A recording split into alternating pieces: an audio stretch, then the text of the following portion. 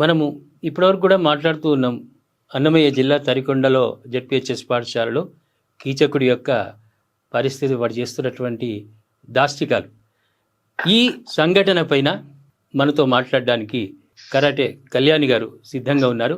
వీరు మహిళలకే ఆదర్శం. ఎక్కడ అన్యాయం జరుగుతుందో అక్కడ నిర్భయంగా వాదించేటువంటి శక్తి సామర్థ్యాలు వారికి భగవంతుడు ఇచ్చాడు. ఈ సందర్భంగా ఈ కీచకుడి గురించి కూడా మనతో రిఫ్లెక్షన్ న్యూస్తో పంచుకోవడానికి సిద్ధంగా ఉన్నారు. నమస్కారం మేడం. నమస్తే అండి. మేడం. జై శ్రీరామ్. జై శ్రీరామ్. అన్నమయ్య జిల్లాలో అత్యంత ఘోరమైనటువంటి సంఘటన ఇది. చిన్నారి పిల్లలను కూడా లైంగిక వేధింపులకు గురి చేస్తూ ఉన్నాడు జాకీర్ బాషా షేక్. దీని గురించి మీ స్పందన చెప్పండి మేడం. అసలు ఇలాంటి వినాల్సి వచ్చినప్పుడంతా చాలా బాధపడుతూ ఉంటానండి నేను. అంటే మహిళలకి రక్షణ లేదు, అలాంటిది చిన్నప్పటి నుంచే చాలా చాలా అంటే వాళ్ళు ఎన్నో విధాలుగా బాధింపబడుతున్నారు అనేక రంగాల్లో ఉన్న వాళ్ళతో. అందులోనూ ఎవరైతే ఇలాంటి అంటే టీచర్స్ ని మనం గురు శుశ్రూష విద్య పుష్కలైన ధనైనవా అథవా విద్యా చతుర్ధానోపలభ్యతే అంటాం.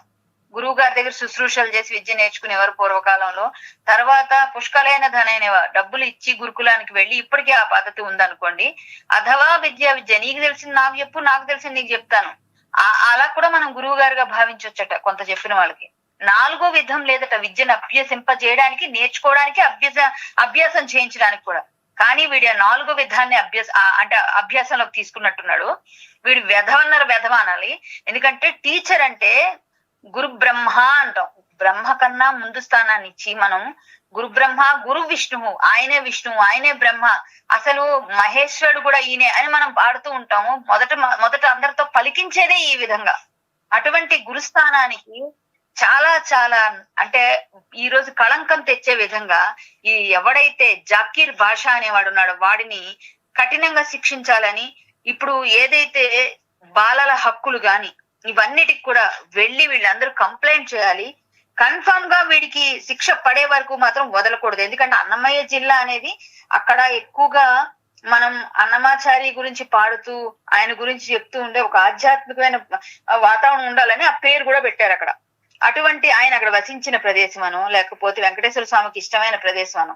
ఇక్కడ ఇలాంటి ముస్లిం గ్యాంగ్ ఏదైతే జకీర్ భాష కావచ్చు, ఇంకో భాష కావచ్చు, ఇంకోరు కావచ్చు, వీరందరూ కలిసి అక్కడ తిష్ట వేసి ఆ రాయచోటి కడప చుట్టుపక్కల అంతా కూడా ఎక్కువ గ్యాంగ్ వెళుతుంది.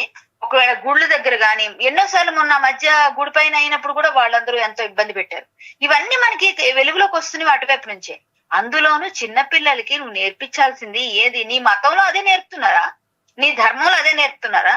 నువ్వు పిల్లల్ని ఇలా ఇలా ఇలా వాళ్ళని ట్రైన్ చేయు, లేకపోతే వాళ్ళతో ఇలా బిహేవ్ చెయ్యు, నీకు వరుసలు లేవు, నీకు ఏ విధమైన ఇది లేదు అని చెప్పేసి నేర్పుతున్నట్టున్నారు. కాబట్టి వాడు కూడా అదే అభ్యాసం చేస్తూ వాళ్ళందరి పైన ప్రయోగం చేస్తున్నాడు.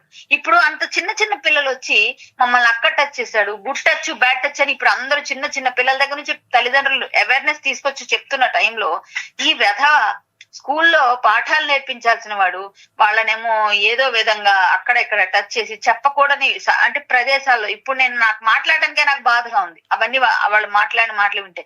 అలాంటి ప్రదేశాల్లో వాడు టచ్ చేశాడంటే ఆడపిల్లలు సిగ్గు విడిచి ఆడపిల్లలు చెప్పుకుంటున్నారంటే ఇలాంటి విధవలను అయితే మాత్రం సస్పెండ్ చేయడం కాదండి, చాలా కఠినమైన శిక్ష ఏదైనా ఉంటే వాటి కోసం రికమెండ్ చేయాలి. దీన్ని వెలుగులోకి తీసుకురావాలి. రిఫ్లెక్షన్ ఛానల్ ఈ రోజు బయటకు తీసుకొస్తున్నందుకు చాలా సంతోషపడుతున్నా. ఇలాంటి విధవలకి ఖచ్చితంగా బుద్ధి చెప్పే వరకు దీని గురించి ఏ విధమైన న్యాయ పోరాటం అది కూడా చేయాల్సిందిగా స్కూల్ యాజమాన్యాన్ని ఇమ్మీడియట్ గా వీడిని సస్పెండ్ చేసేయడమే కాకుండా ఇంకెక్కడ కూడా వీడికి టీచర్ గా గాని లేకపోతే లెక్చరర్ గా ఏ విధంగా వీడు పనిచేస్తున్నా ఆ విధంగా వాడికి ఉద్యోగం రాకూడదని నేను గట్టిగా దానికి ఏమన్నా చేయగలుగుతుంటే నా వంతు వైపు నుంచి నేను ఏం చేయగలను చెప్తా, అది కూడా నేను చేయడానికి సిద్ధంగా ఉన్నా. ఇలాంటి వాళ్ళని విడిచిపెట్టకూడదండి. వీళ్ళపైన పోక్సో కేసులు కూడా కావాలని కోరుకుంటున్నాను. ఎందుకంటే అప్పుడే వీళ్ళకి బుద్ధి వస్తుంది. అంటే వీడింట్లో ఎలాగో వాడికి వాగ్వరుసలు లేకుండా ప్రవర్తన చేసి ప్రయత్నం చేస్తే బయట స్కూల్లోకి వచ్చిన పిల్లలు కూడా ఈ విధంగా ప్రవర్తిస్తే పిల్లలకి ఎక్కడ ఉందండి అసలు? వీళ్ళ నుంచి ఎక్కడుంది రక్షణ? ఎక్కడ చూస్తే ఒకవైపు రోహింగ్యాలు వస్తారు, వీళ్ళు రోహింగ్యాలో తెలియదు, ఎక్కడి నుంచి వచ్చారో తెలియదు. పోనీ ఇక్కడ వాళ్ళే అంటే భారతీయులు, ఇక్కడ భారతదేశంలో పుట్టిన వాళ్ళమే అంటే ఒకవేళ వాళ్ళు అక్కడే పుట్టిన వాళ్ళైతే కూడా ఇలాంటివన్నీ ప్రవృత్తి కలిగి ఉన్న వాళ్ళని ఎందుకు క్షమించాలి? ఎందుకు మనం ఉపేక్షించాలి? ఇలాంటి వేధవులకు మాత్రం ఊరుకునేది లేదండి. గట్టిగా మనం దీని మీద ధ్వజమెత్తాల్సిందే. చాలా మంచి పని చేశారు వీడిని బయటికి తీసుకురావడం. నిన్న జరిగిన దాన్ని ఈ రోజు మీరు ఇంత గట్టిగా బయటికి తీసుకెళ్లడం చాలా సంతోషం.